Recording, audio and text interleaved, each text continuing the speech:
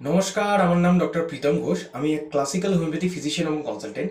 আজকে যে বিষয়ে আমি কথা বলবো সেটি হচ্ছে রিয়েল হোমিওপ্যাথি এবং ফেক হোমিওপ্যাথি।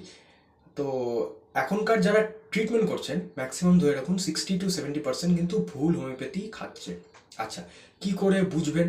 প্রথম, আচ্ছা একটা এক্সাম্পল দেখাই। ধরুন একটা ওষুধ, ঠিক আছে, ধরুন এটা আছে আমার কাছে ক্যান্থারিস 30, দেখানো যাবে কি? হয়তো না। ক্যান্থারিস 30 আছে, এটা হচ্ছে পেচ্ছাবে জ্বালা যখন হয় সেই সময় আমরা কিন্তু এই মেডিসিনটাতে বহুত ফ্যান্টাস্টিক কাজ করে। আচ্ছা, এই মেডিসিনটা কিন্তু অনেকজন যারা ফেক হোমিওপ্যাথ বা যারা ফেক হোমিওপ্যাথি করছে বা জানেই না, ইনকমপ্লিট জ্ঞান, তারা কিন্তু গোটা বোতলটা ধরিয়ে দেবে। এটা কিন্তু সিস্টেম নয়।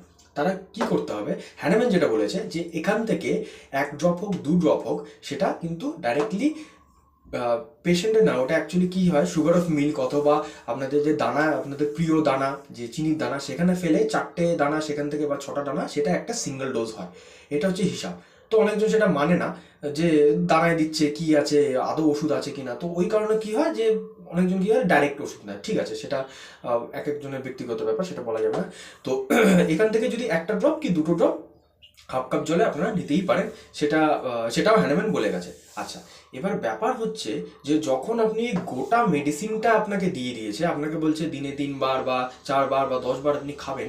এবার চিন্তা করুন যে যেই জ্বালাটা আপনার হচ্ছে, ঠিক আছে, যেটার জন্য ওষুধটা খেতে গেছেন বা ওষুধটা দিয়েছে, বেড়ে যাবে নিশ্চয়ই। কারণ যেখানে আমাকে বলেছে হ্যাঁ 4টে দানা দিনে 2বার 4 দিন খাবেন, ব্যাস হয়ে গেল।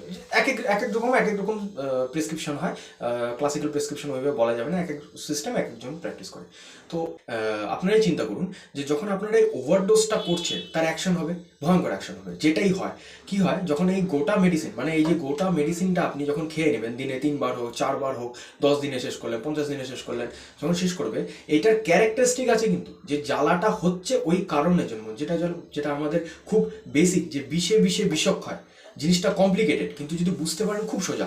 ঠিক আছে, বিষে বিষে বিষক্ষয়, তার মানে এই মেডিসিনের এতটাই পাওয়ার আছে যে ও কিন্তু একটা ফেক জ্বালা তৈরি করতে পারে। সেখানে কি হয় যে অরিজিনাল যে প্রবলেম আর ফেক প্রবলেম দুটো কিন্তু মিলে গিয়ে ওই মারপিট করে খতম।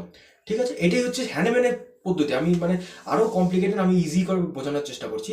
তো এবার যখন আপনারা এটাকে ওভারডোজ করছেন, ভাবেন আপনার সাইজ এইটুকু, আপনার যে ন্যাচারাল ডিজিজ তার সাইজ এইটুকু, আপনি এত বড় একটা জিনিস নিয়ে তাকে অ্যাটাক করছেন, ভেরি গুড, সেটা হয়তো নষ্ট হয়ে যাবে অথবা বসে যাবে, ম্যাক্সিমাম সময় বসে যায়। এবার কি হবে, এর যে বাকি যে ফর্মুলেশনটা বাকি আছে, ও কিন্তু বডির মধ্যে ঘোরাঘুরি করবে।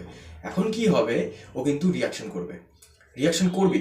এবার আমার তো যখনই এরকম কোনো সিস্টেম আপনি দেখছেন যে এই গোটা বোতল আপনাকে ধরিয়ে দিচ্ছেন, সবসময় ভাববেন সেটা কিন্তু ফেক। এইভাবে হয় না, এটা হয় না। এটা আমি বলছি ক্যান্থারিস 30। আচ্ছা, আমি পোটেন্সির একটা উল্লেখ করেছিলাম 30, 200, 1M এইভাবে। তো পোটেন্সি যেটা আছে সেটা কিন্তু এইভাবে রিপিট তো করাই যায় না কোনোদিনও। যেটা করা যায় সেটা হচ্ছে মাদার টিনচার আমি যখন উল্লেখ করেছিলাম যে মাদার টিনচারটা কিন্তু কখন ইউজ করা হয়, কাইন্ড অফ প্যালিয়েটেশন, মানে কোনো একটা খুব ঝামেলা হচ্ছে, খুব গ্যাস হচ্ছে, খুব ব্যথা হচ্ছে, সেই সময় প্যালিয়েটেশন, যে কিছুক্ষণের জন্য কন্ট্রোলের তোর থাক, তারপরে পেশেন্টটা ভালো হবে। তো এইটাই হচ্ছে ফর্মুলেশন। ঠিক আছে, কিন্তু যতই দেখবেন যে 30, 200, 1M এরকম পাওয়ারে যাচ্ছে, এত রিপিট করা যায় না। এই যদি এত রিপিট করে, তার মানে আমি যেটা বললাম, এই ফর্মুলেশন কিন্তু আপনার বডিতে রয়ে যাবে, বারবার হিট করবে। এবার আপনি ভাববেন যে ও হোমিওপ্যাথি খেলাম বেড়ে গেল। ঠিক আছে, এই ভুলটা কিন্তু মানুষের শুধরাতে হবে, যে হোমিওপ্যাথি খেলাম বলে বেড়ে গেল না, হোমিওপ্যাথি ফর্মুলেশনটা ভুলভাবে নিয়েছি বলে বেড়ে গেল। এই জিনিসটা যদি মানুষ না শুধরায় তাহলে কিন্তু খুব বিপদ। ঠিক আছে। আচ্ছা, আচ্ছা, রিয়েল হোমিওপ্যাথিতে যেটা আমি বললাম যে ওখান থেকে আপনাকে সাদা দানায় ফেলা হবে, সাদা দানার থেকে 4টে দানা 6টা দানা, এইটা হচ্ছে সিস্টেম। ঠিক আছে, এইটাই হচ্ছে বেস্ট সিস্টেম, মানে অ্যাগ্রাভেশন, মানে যেটা না বেড়ে যাওয়ার কোনো চান্সই নেই, হয় না। আচ্ছা, সেকেন্ড কি হতে পারে, সেকেন্ড যে জিনিসটা দেখবেন, আমাদের প্রেসক্রিপশন কিন্তু ম্যান্ডেটরি। ঠিক আছে, এটা আমাদের কাউন্সিল থেকে স্পষ্টভাবে গাইডলাইন্সে দেওয়া আছে যে প্রেসক্রিপশন অবশ্যই থাকতে হবে।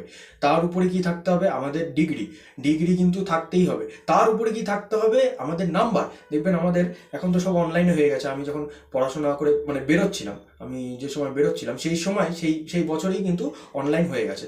তো এখন যারা এই রিয়েল বা ফেকের মধ্যে একটা পার্থক্য বুঝতে চাইছেন, তারা কিন্তু ওই 5টা ডিজিট 6টা ডিজিট যেটাই আছে দেখবেন, বিএইচএমএস লেখা বা ডিএমএস লেখা বা ডিএইচএমএস লেখা, এটাই কিন্তু ভ্যালিড, এর বাইরে আমি বলতে পারছি না।